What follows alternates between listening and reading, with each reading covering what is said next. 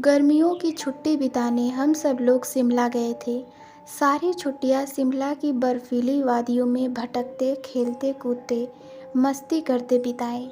Mummy papa, दादा दादी, भैया भाभी, उनके 2 बच्चे और मैं, कुल मिलाकर हम 13 लोग थे। सारी छुट्टियां खत्म होने के बाद न चाहते हुए भी शिमला की बर्फीली ठंडी वादियों को छोड़कर आगरा की तन जला देने वाली चिलचिलाती गर्मी में हमें आना पड़ रहा था। हम लोग लद्दाख से नई दिल्ली तक एसी रिजर्वेशन ट्रेन से आराम से सोते हुए आए, लेकिन दिल्ली उतरकर आगरा ट्रेन में जाना था और वह लोकल ट्रेन थी नॉन एसी। लद्दाख से नई दिल्ली स्टेशन तक हम रात के 1:20 पर पहुँचे।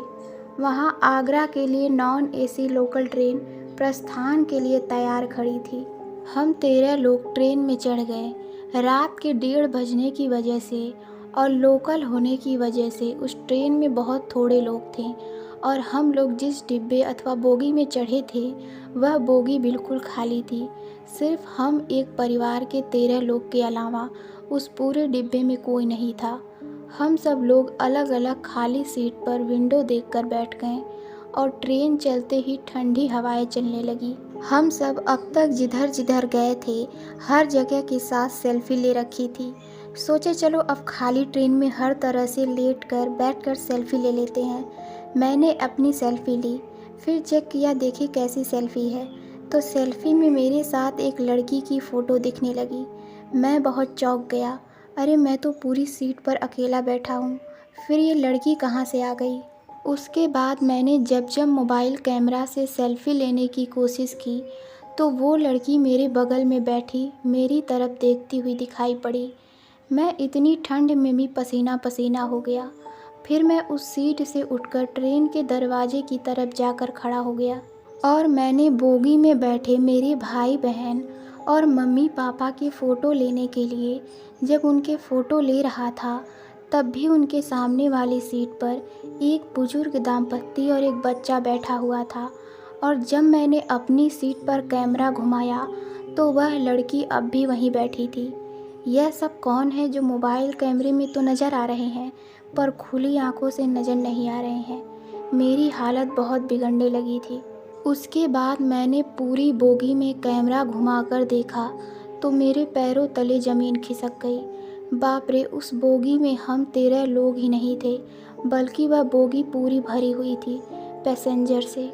और हैरानी की बात यह थी, न जाने क्यों वो लोग बार बार हम सबको पलट पलट कर देख रहे थे। इतना भयानक दृश्य मैंने पहली बार अपनी ज़िंदगी में देखा था। मैं उनको कैमरे में रिकॉर्ड करना चाहता था, लेकिन वह स्क्रीन पर लाइव नज़र आते थे पर क्लिक करने पर कोई भी नहीं दिखाई दे रहा था। मैंने घबराते हुए अपनी मम्मी पापा के पास जाकर आहिस्ते से उन्हें यह बात बताई तो पापा ने भी आसपास कैमरा घुमाकर देखा और मुझे इशारा किया कि मैं खुद पर नियंत्रण रखूं और उस तरफ ज़्यादा ध्यान न दूं। फिर पापा ने मुझे भी अपने पास बैठा लिया। कुछ देर बाद मैं फिर से उठकर दरवाजे के पास जाकर खड़ा हो गया। अब जब मैंने फिर से मोबाइल कैमरे से देखा तो वह लड़की जो मेरे पास बैठी थी वह दौड़कर मेरी तरफ आ रही थी। मैं जल्दी से उससे बचने के लिए दूसरी तरफ भागा और कैमरा उस पर बनाए रखा तो वह उसी दिशा में भागती हुई चलती ट्रेन से कूद गई। हे भगवान, ये क्या बला थी। मैं अपनी मोबाइल कैमरे से देखते हुए दरवाजे के पास पहुंचा तो वही लड़की अब तेज़ी से दौड़ती हुई फिर से मेरी तरफ आती दिखी। मैं चीखकर वापस मम्मी पापा के पास दौड़ आया।